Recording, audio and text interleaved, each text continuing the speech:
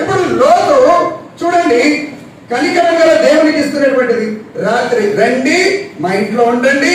Abraham ఏమో మా ఇంట్లోకి రావడానికి నేను యోగ్యుని కాదు, దయచేసి చెట్టు కింద కూర్చో, నీకు ఆతిథ్యం ఇస్తా. ఈయననేమో ఇంటికే రమ్మంటున్నాడు. ఏం పెట్టాడు కానీ ఇంటికి రమ్మంటాడు. ఇంట్లోనికి రండి, రాత్రి పడుకోండి, ప్రొద్దున కాళ్ళు కడుక్కొని పోండి అంటే అర్థం ఏంటి? ఉన్నవన్నీ ఆశీర్వాదాలు మాకు ఇవ్వండి, ఇక మీరు మౌనంగా వెళ్ళిపోండి అని. ఎంత ఉన్నతమైన దేవుడో చూడండి.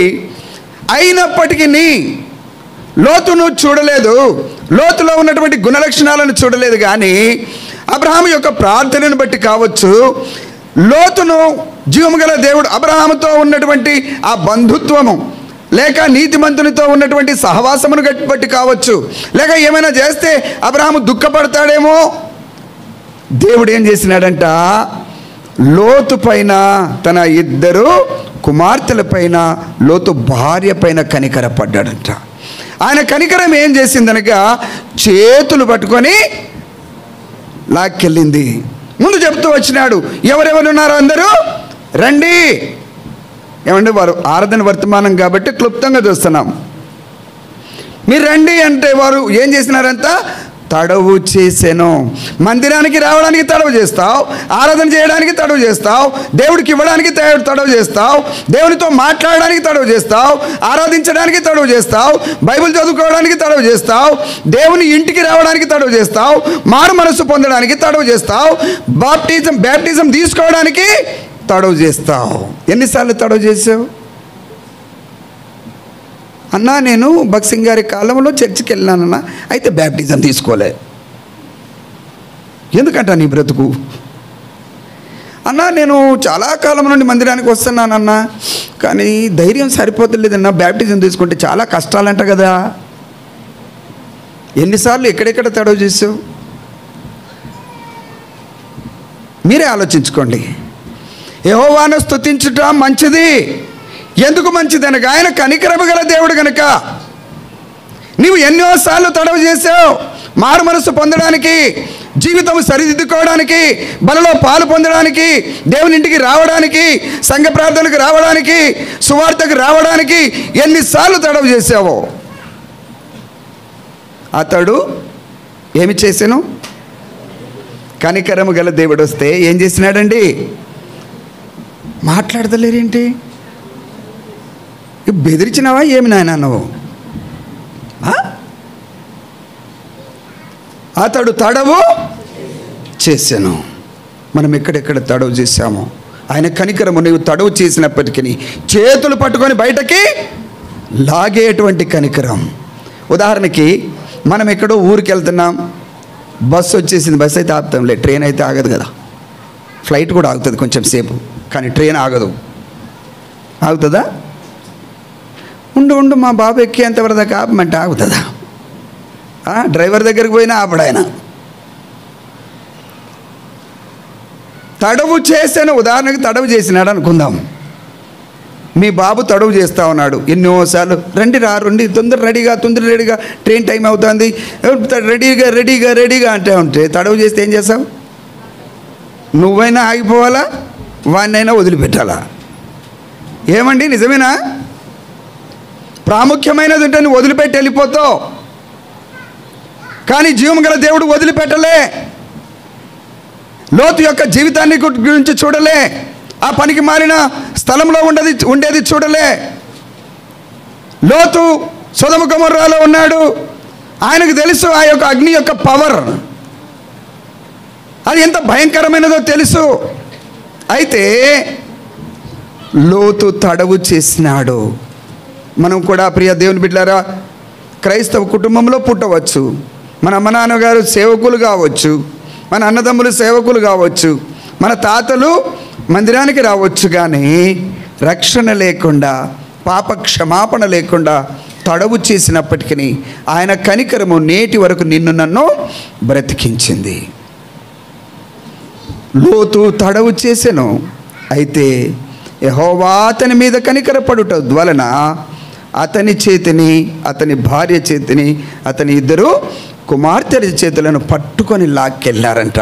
ఎప్పుడైనా మీ పిల్లలు, మన పిల్లలు ఎత్తుకుంటా ఉన్నారు, వారు జారిపోతూ ఉన్నారు అనుకో, 3 సార్లు ఎత్తుకున్నావు, వాడు జారిపోతున్నాడు. మళ్ళీ ఎత్తుకున్నావు, మళ్ళీ జారిపోతున్నాడు. మళ్ళీ ఎత్తుకున్నావు, మళ్ళీ జారిపోతున్నాడు. ఏం చేస్తారు మీరు? ఏం చేయరా? తల మీద ఎత్తుకుంటారా? మంచిగా చెప్పండి.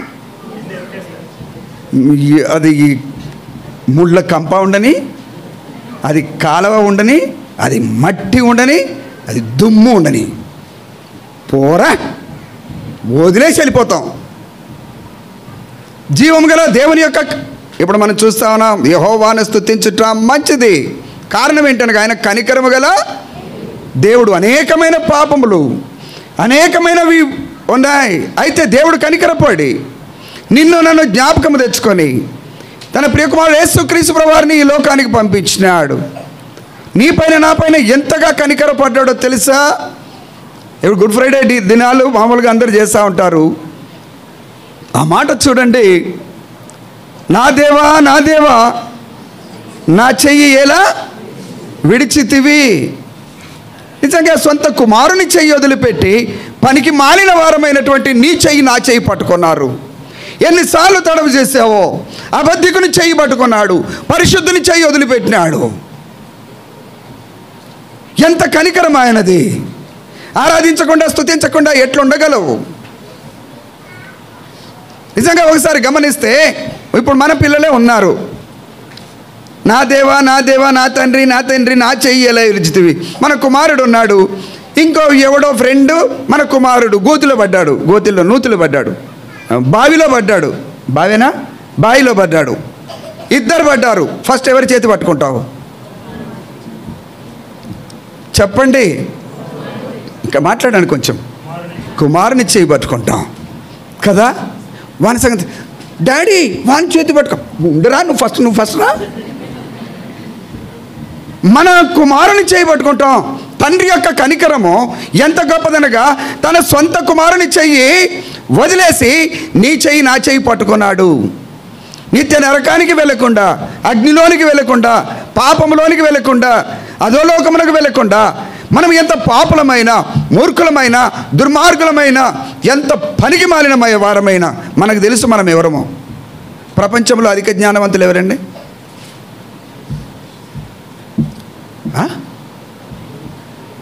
యూదులంట.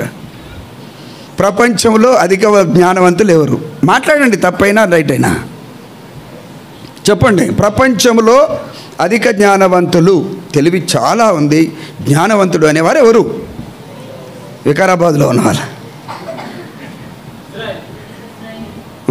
ఇశ్రాయేలీలు. బాగా చెప్పినారు.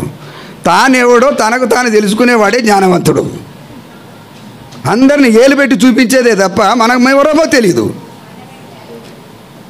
మనం ఎవరమో మనకు అర్థమైతే మనం జ్ఞానవంతులము. అర్థమైందండి? అధిక జ్ఞానవంతుడు ఎవరు? మనం ఎవరమో. అవును, నేను పొరపాటు చేస్తున్నాను, నేను దుర్మార్గుని, నేను ఇష్టానుసారమైన బ్రతుకుతున్నాను, నేనెవరు నాకు అర్థమైతే నేను జ్ఞానవంతుణ్ణి. అందరం ఏం చేస్తున్నామంటే ఎదురు వ్యక్తిని చూస్తూ ఉన్నాం, కానీ మనం ఎవరమో మర్చిపోతా ఉన్నాం. కాబట్టి ఎటువంటి వారిని పట్టుకున్నాడనగా తనకు తాను అర్థం చేసుకోలేనటువంటి పాపి చేతి పట్టుకున్నాడు, తన ప్రియ కుమారుని చేతి. నిజంగా అది నాకు ఎంత, ఆ మాట ఎప్పుడు గుర్తొచ్చినా, ప్రభువా నీ సొంత కుమారుని చేతి వదిలిపెట్టి నా జీవితం చూసినట్లయితే ఎన్ని పొరపాట్లో, ఎన్ని అపవిత్రమైన కార్యాలో, ఎన్ని అబద్ధాలో, ఎంత మోసమో, ఇటువంటి వారిని మనం ఎన్నిక చేసుకుంటామా? ఉదాహరణకి నీ కుమారుడికో కూతురుకో అమ్మాయిని చూడాలా లేక అబ్బాయిని చూడాలా? చూసినప్పుడు వాళ్ళ తల్లిదండ్రులు చెప్పాలి, మా వాడు అబద్ధికుడు, మోసగాడు, దొంగ, మా అమ్మాయి మంచిది కాదు, ఊరంతా తిరిగేసి వస్తుంది, ఇలా పెళ్లి చేసుకోండి అంటే చేసుకుంటావా? మరి దేవుడు ఎట్టాగా నీ చెయ్యి పట్టుకున్నాడు? దేవుడు ఎట్టచి పట్టుకున్నాడు నీ చెయ్యి? ఒక్కసారి నీ గుణము నీకు అర్థమవుతుంది, నీ మనసు ఏంటో నీకు తెలుసు. లోతు తన స్థితి అంతా లోతు ఎరిగినవాడు, అయినా తడవు చేస్తూ ఉన్నాడంట. తన పిల్లల కొరకు లేక ఆ స్థలము కొరకు తడవు చేస్తూ వచ్చినాడు. అయితే యెహోవా కనికరపడటం వలన అతని 2 కుమార్తెల చేతులను, లోతు భార్య చేతిని, లోతు భార్య పేరు ఏం పేరు? చాలా స్థలాలలో అడుగుతూ ఉంటాను, కొంతమంది చెబుతారు, కొంతమంది చెప్పరు. లోతు భార్య పేరు ఏంటి? అన్నా ఇట్లా చెప్పేటోళ్ళు లేరంటారా? తెలియదా మీకు? మనము ఎవరికైనా బ్రదర్ వాళ్ళ భార్య పేరు తెలియకపోతే ఏమని పిలుస్తాం? మిస్సెస్. మరి అది చెప్పొచ్చు కదా, మిస్సెస్ లోతు అనొచ్చు కదా.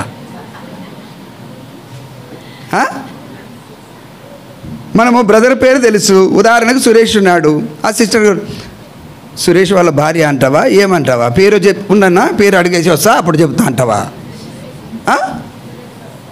మిస్సెస్ లోతు, ఆమె చేతులు కూడా పట్టుకున్నాడు. 2 కుమార్తెలు, 4 బయటకు తీసుకొని వచ్చినాడు. అగ్ని కనికరము. నిత్య నరకము అగ్నిగుండంలో కాలవలసిన వారి చేతులు పట్టుకొని లాగినప్పటికీ లోతు భార్య ఏం చేసింది? వెనక్కి చూసింది. ఎందుకు చూసి ఉంటుందో మన తెలుగులో ఇక్కడైతే లేదు, కానీ హీబ్రూ భాషలో మాత్రము ఉంది. నేను కూడా విన్నాను. లోతుకు 4 కుమార్తెలంట. 4 కుమార్తెలు అయితే 2 కుమార్తెలు పెళ్ళిళ్ళు చేసినాడు. అల్లుళ్ళు కూడా ఉన్నారంట. అల్లుళ్ళు ఉంటే వీళ్ళ చేతులు పట్టుకొని లాక్కొని వెళ్ళిపోతూ ఉంటే ఈ తల్లి యొక్క హృదయం, తండ్రి అంటే ఏమన్నా కానీ తల్లి హృదయం అంట, ఆ పిల్లలు ఆ అగ్నికి తట్టుకోలేక దేవా అని అరిచినారంట, మమ్మీ అని అరిచినారంట. ఆ స్వరము తల్లి విని వెంటనే చూసినాదంట. మనమేమో బంగారం పోయిందని చూసినాము, వెండి పోయిందని చూసినాము. హీబ్రూ భాషలో ఆ మాట వ్రాయబడి ఉందంట. చూడగానే వెంటనే కూతుళ్ళని చూడగానే ఏమైపోయింది? ఉప్పు స్తంభం అయిపోయిందంట. నేను అనుకుంటాను, లోతు భార్య ఒక దూత, 2 కుమార్తెలు బయటకు తీసుకొచ్చినారు. ఉదాహరణకు దూత పట్టుకొని వచ్చినప్పటికీ అది స్టోన్ అయిపోయింది. స్టోన్ అయితే మనం ఏం చేస్తాం? వెంటనే ఏం చూస్తామా లేదా? ఒకవేళ లోతు చూసి ఏమీ ఆగిపోయినాడు అనడానికి అది కూడా చూడలేదంట. ప్రభు కనికరము ఎంత గొప్పదో చూస్తావనా? అగ్నిలో నుండి మనలను లాగే కనికరం. ఏమండి, అర్థమైంది కదండి? యెహోవా అతని దాటి వెళ్ళొచ్చు. యెహోవాను స్తుతించటం మంచిది. కారణం ఏంటనగా ఆయన కనికరము గల దేవుడు. అయ్యా మీ కనికరము నేను ఎన్నోసార్లు తడవు చేశా, మీ ఇంటికి రావడానికి తడవు చేశా, మారు మనసు పొందడానికి తడవు చేశా, బైబిల్ చదవడానికి తడవు చేశా, మీకు ఇవ్వడానికి తడవు చేశా, ప్రార్థనకు తడవు చేశా. అయినా నన్ను అగ్నిలో కాల్చి నశింప చేయకుండా నేటి వరకు నా ఆయుష్ను పొడిగిస్తూ నన్ను పట్టుకొని నడిపిస్తున్నావు. మీ కనికరం ఎంతో గొప్పది, అందుకు మీకు వందనాలు. రెండవది మనం చూస్తూ ఉంటున్నాం, ఆయన ఏం చేశాడు? నీ కొరకు నా కొరకు ఏం చేశాడు? రండి, మనకు బాగా పరిచయమైన భాగమే ఎఫెసీయులకు రాసిన పత్రిక. అపోస్తలుడైన పౌలు గారు 2వ అధ్యాయం 2వ వచనం చదవండి. ఎఫెసీ 2:2 అండి. వాయుమండల సంబంధమైన అధిపతిని అనగా అవిధేయులైన నీ కార్యములు ఎంత దొడ్డివి. అవిధేయత. ఇప్పుడు మనము ఆ చదువుకున్న బిడ్డలు ఆ లెటర్ రాసినప్పుడు ఇట్లు తమ అవిధేయుడు, చూడండి అక్కడ ఇట్లు తమ యువర్స్ ఫెయిత్ఫుల్, ఇట్లు తమ పిల్లలు స్కూల్లో లెటర్ రాసినప్పుడు ఆ టీచరు ఆ ప్రిన్సిపాల్ లీవ్ ఇస్తాడా లేదా తర్వాత సంగతి. ముందైతే నేను పెళ్ళికి వెళుచున్నాను ఇట్లు తమ విధేయుడు. విధేయుడు అయితే నువ్వు చెప్పిన తర్వాత పోవాలి కదా, చెప్పకుండానే లెటర్ ఇచ్చిపోతావు. మీరు స్కూల్కి వెళ్ళలేదా? మీరు లెటర్ ఇచ్చేసి లెటర్ ఏం చేసినావు డ్యూటీలో? లెటర్ అయితే వేసేసి వచ్చిన, ఇట్లు తమ విధేయుడు. ఆయన లీవ్ ఇవ్వలేకపోతే వస్తావా పెళ్ళి నుంచి? ఎటువంటి చూడండి అవిధేయులం మనము. చదవండి అన్న. అనగా అవిధేయులైన వారిని. ఇప్పుడు మనం విధేయులమా? నాకు చెప్పండి. కాదని కూడా తెలిసి కూడా మరి ఎందుకు చేస్తారు? మనం విధేయులమా అంటే లేదనుకోండి. మరి అవిధేయుడం అని తెలిసి కూడా మళ్ళీ అవిధేయత స్థితిలో నిలవడం ఎందుకు? విధేయులమైతే ఏం చేస్తాము? ఎన్ని గంటలకన్నా ఆరాధన? 10:30క. ఇంకా వస్తూనే ఉన్నారు. ఇట్లు తమ అవిధేయుడు. అది రాసుకోవాలి మనం. అయినా ఆయన కనికరమే. ఏమండి కాదా? విధేయుడైతే ఏం చేస్తాడు? కాదా? ఇట్లు తమ మనం అవిధేయతా స్థితిలో ఉండి దేవుని మాటకు లోబడక ఎన్నో వర్తమానాలు విని బుద్ధిపూర్వకంగా పొరపాటు చేసి అయినప్పటికీ ప్రభు అంట, నా చెయ్యి వదిలిపెట్టి ఆ పనికి మాలిన వాని చెయ్యి పట్టుకున్నావే, వాడు అవిధేయుడే. నిజంగా ఆ స్థితి ఎంత దౌర్భాగ్యమైనదో చూడండి. అవిధేయతా స్థితిలో ఉన్నప్పుడు చదవండి. ఇప్పుడు ప్రేరేపించు శక్తికి అధిపతిని అనుసరించి ఈ ప్రపంచ ధర్మము చొప్పున మునుపు నడుచుకున్నారు. ఇప్పుడు వారితో కలిసి పిచ్చి పాటలు పాడితే, పిచ్చి ఆటలు ఆడితే, డీజేలో డ్యాన్సులు చేసి, పనికి మాలిన పాటలు పాడితే, అయినా ఇవన్నీ కూడా నీవు ఆయన చూడలేదు. కానీ నీ చెయ్యి నా చెయ్యి పట్టుకొని లాగుతూ వచ్చినాడు నేటి వరకు. ఆయన కనికరం.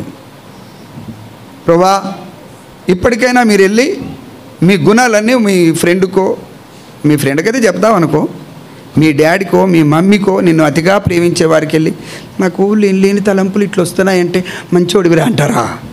నువ్వు మంచిదానివిరా అంటావా? ప్రజెంట్ కూడా అదే. అయినా తన కనికరం మన చెయ్యి పట్టుకొని పాపముల నుండి లాగి అవిధేయతా స్థితిలో నుండి లేవనేది ఇప్పటికీ చూపుతూనే వస్తుంటున్నాడు. నమ్మకం నీ మీద. పాటల పుస్తకాలు ఇచ్చినాడు ఎందుకో తెలుసా? పాట పాడతావని నమ్మకం. బైబిల్ గ్రంథం ఎందుకు ఇచ్చాడో తెలుసా? బైబిల్ గ్రంథం చదువుతావేమో అని నమ్మకం దేవుడికి.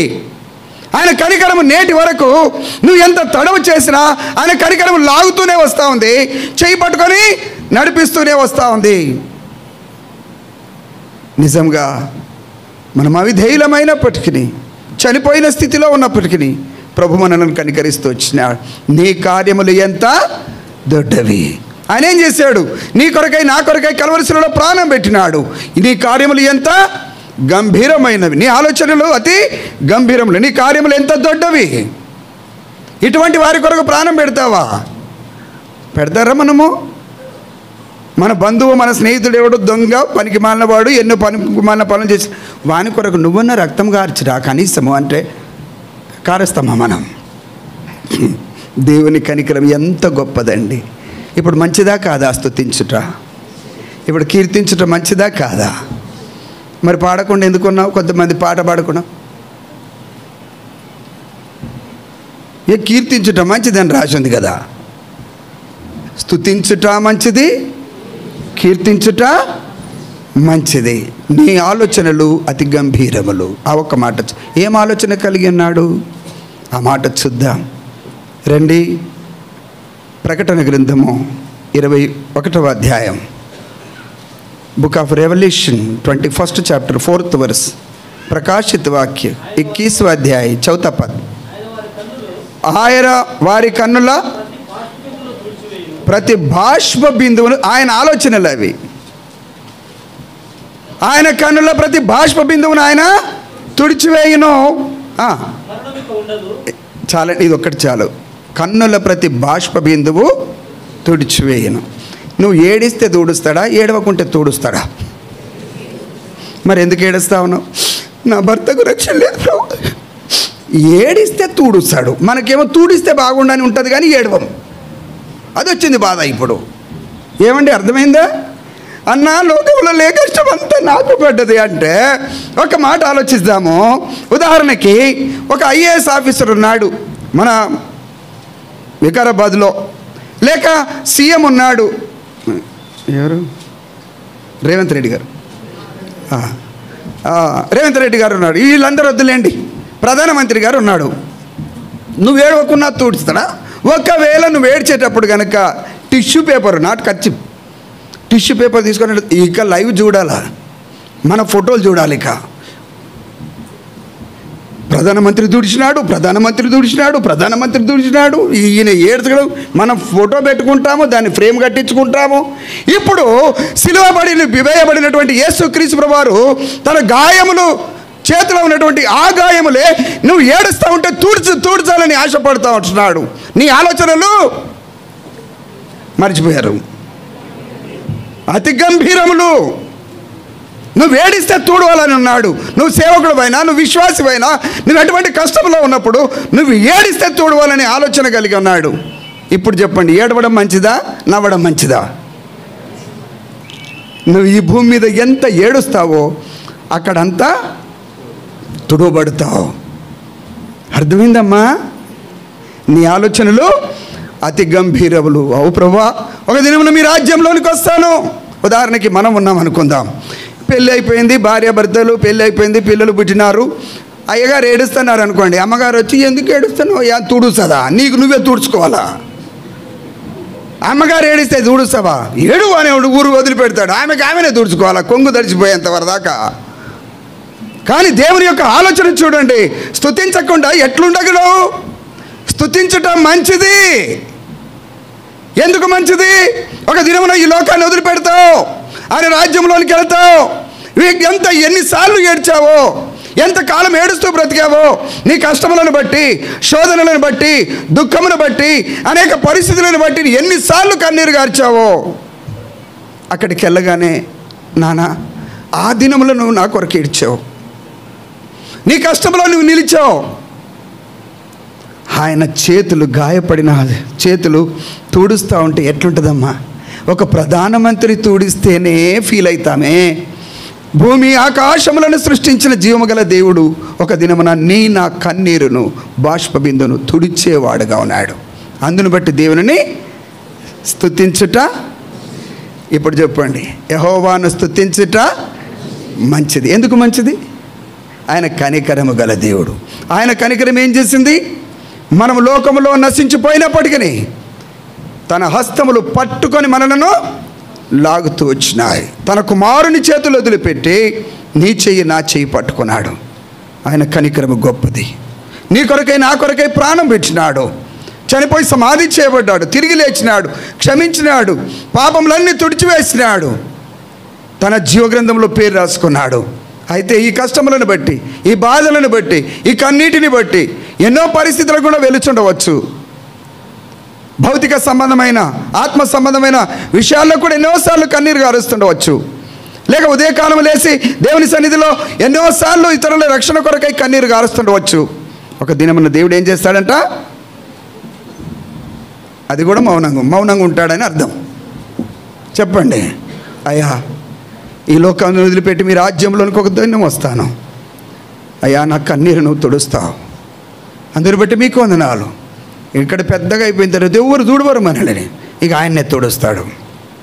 అట్టి దేవుణ్ణి ఆరాధించకుండా ఎట్లో ఉండగలం. ఇట్టి తలంపులు కలిగిన వారమై దేవుని ఆరాధిస్తూ వస్తాం.